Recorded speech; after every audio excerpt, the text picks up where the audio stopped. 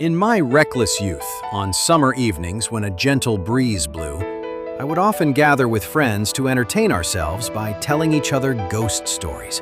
Or, on days when a drizzling rain kept us indoors with nowhere else to go, I would listen to my parents read myths and legends. That is where my introduction to the world began. Immortals, and later superheroes, were the objects of admiration for young boys and girls. In childhood, owning a weapon that could defeat any foe was the greatest dream, even if it was just a toy.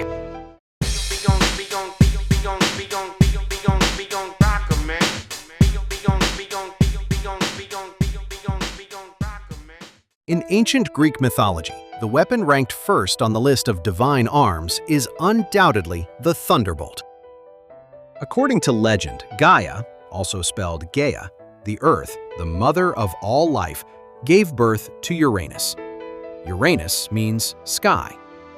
As the first-generation god king, he united with his mother Gaia and gave birth to 3 Cyclopes, meaning circle eyes or round eyes. The 3 giants were Brontes, meaning thunder, Steropes, meaning lightning, and Arges, meaning bright. The 3 brothers were hideous and ferocious, and their father Uranus despised them. So Uranus imprisoned them in Tartarus, the deep abyss. Uranus was later overthrown by his son Cronus. Cronus's son, Zeus, then prepared to lead his brothers in overthrowing his father, Cronus. Father and son each led the gods, demons, and monsters loyal to them, unleashing the battle of Olympians and Titans, a war that nearly destroyed the universe. The war lasted 10 years, with neither side gaining the upper hand. Gaia, the Earth Mother, instructed Zeus to seek the help of the Cyclopes. So Zeus made a deal with the Cyclopes. They would help him in battle, and in return for victory, he would grant them their freedom. Subsequently, the 3 Cyclopes forged the Thunderbolt for Zeus. They also forged the trident for Zeus's brother Poseidon, and the helm of darkness for Hades. As the universe's ultimate divine weapon, whoever wields the Thunderbolt can become the ruler of the universe. With the help of the Cyclopes, Zeus overthrew his father's rule and became the 3rd-generation king of the gods.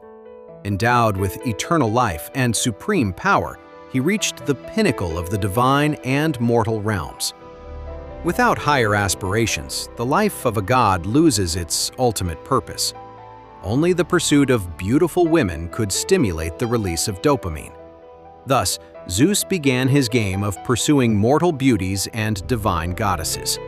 He abducted Europa, the princess of Phoenicia. Her father, Agenor, ordered his sons to go in search of Europa. He told them they were not to return home unless they found her.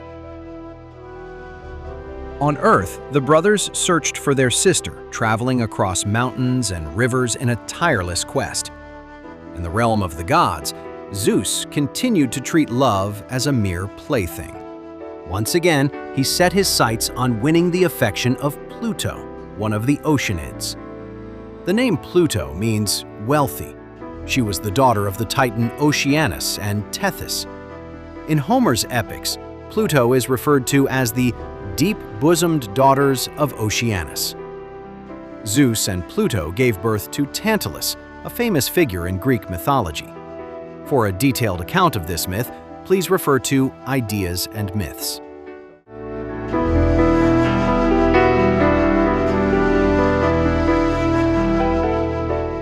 Since the crown is always seized by force, why shouldn't the throne be passed around? Shouldn't everyone have a chance to vie for it?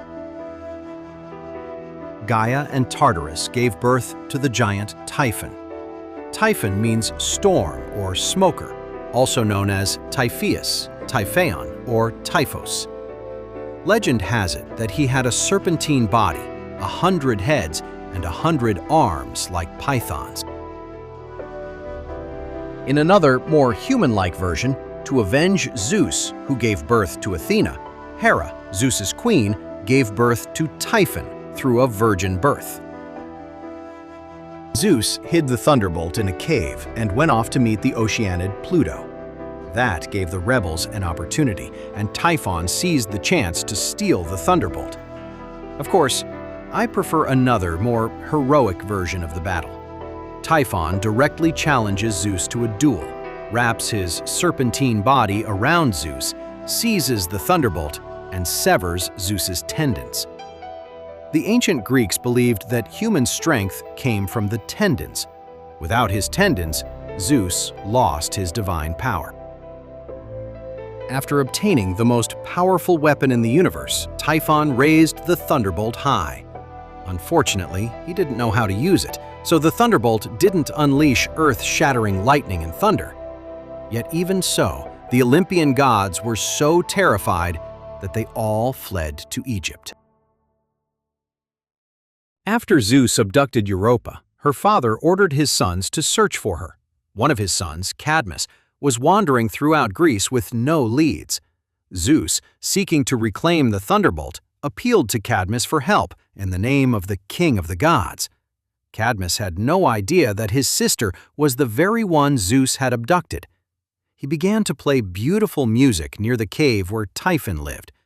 Though Typhon was hideously ugly, he was far more obsessed with the arts than Zeus. He emerged from his cave to enjoy the wonderful music. Art has never belonged to politics.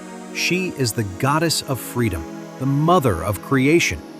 Yet she is also the shackle of power.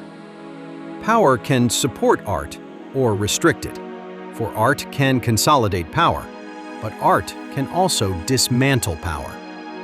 Typhon forgot his revolutionary mission. He hid the Thunderbolt in a cave, emerged to admire Cadmus's flute playing, and challenged Cadmus to a contest. If Cadmus won, he could marry any goddess except Hera. Under Greek customary law, women were entitled to inherit power. Hera is Zeus's queen and a symbol of kingship. Typhon had already planned to make Hera his queen, thereby fulfilling the custom of becoming the fourth-generation divine king. Of course, in another version, more in line with human nature, Hera is Typhon's mother, and naturally could not be bestowed upon Cadmus. Cadmus lied, claiming that his lyre was far more refined, but that it required Zeus's tendons as strings to produce the most exquisite celestial music. Typhon then handed Zeus's tendons over to the young Cadmus. While Typhon immersed him in the enchanting melody, Zeus, with the help of Pan, the god of the wild, shepherds and flocks, rustic music and impromptus, secretly retrieved his tendons and stole back the Thunderbolt. Zeus, having obtained the Thunderbolt, went to battle against Typhon and emerged victorious. To repay Cadmus for his assistance, he issued an oracle instructing Cadmus to follow a cow and establish his kingdom where the cow lay down to rest.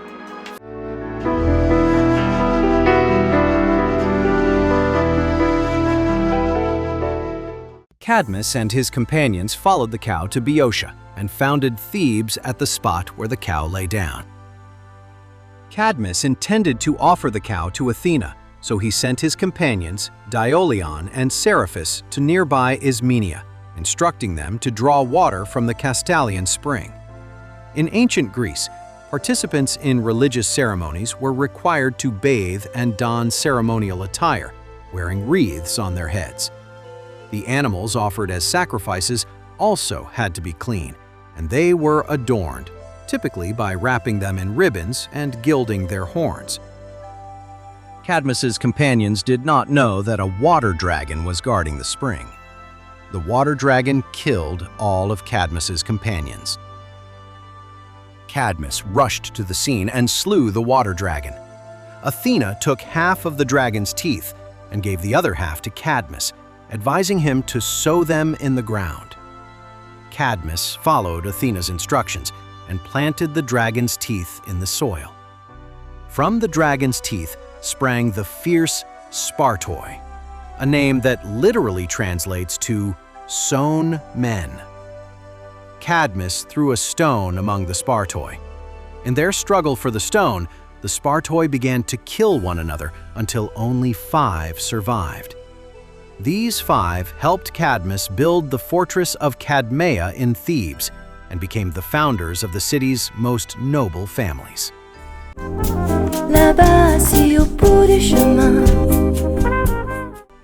Humans are creatures driven by imagination. We constantly seek meaning in everything we do. As a result, we often substitute imagination for reality.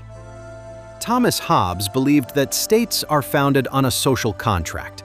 The people establish a government to ensure their safety, irrevocably transferring all their rights to an absolute monarch, Leviathan. This theory was also adopted by John Locke and Jean-Jacques Rousseau. Unfortunately, however, ideals cannot replace reality.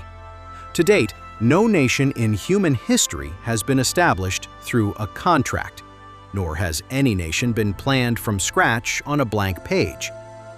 The construction of a nation is born of blood and fire, completed through the institutional transition from power to rights, and relies even more on the consensus that builds a nation's civilization.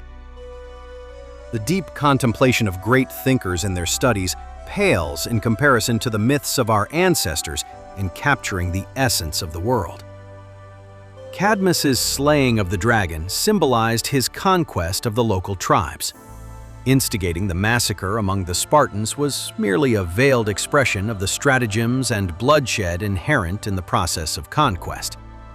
Whether it be the struggle for the throne in the realm of the gods, or the slaughter that accompanies the founding of a nation by mortals, both serve to prove a truth we are reluctant to acknowledge. A nation is born of blood and fire. A nation is not merely the result of violence. Still, it has always been a process of violence. I begin with ancient Greek mythology because these myths not only recount the process of state formation, but also articulate the foundations of state building, power, institutions, and consensus. This is the theme we will explore in depth starting in the next section. While we're at it, let's expose the underwear that institutional determinists believe in. Jean Cocteau was a French poet, playwright, novelist, designer, film director, visual artist, and critic. He became a member of the French Academy and the Royal Belgian Academy of Sciences and Arts in 1955. Jean Cocteau believed that history is subject to the influence of revisionism and the decline of political truths, whereas myths precisely capture the profound and universal truths of humanity, truths that remain relevant across all eras. I have always preferred mythology to history, because history is composed of truths which become lies in the end, whereas mythology is composed of lies which become truths in the end.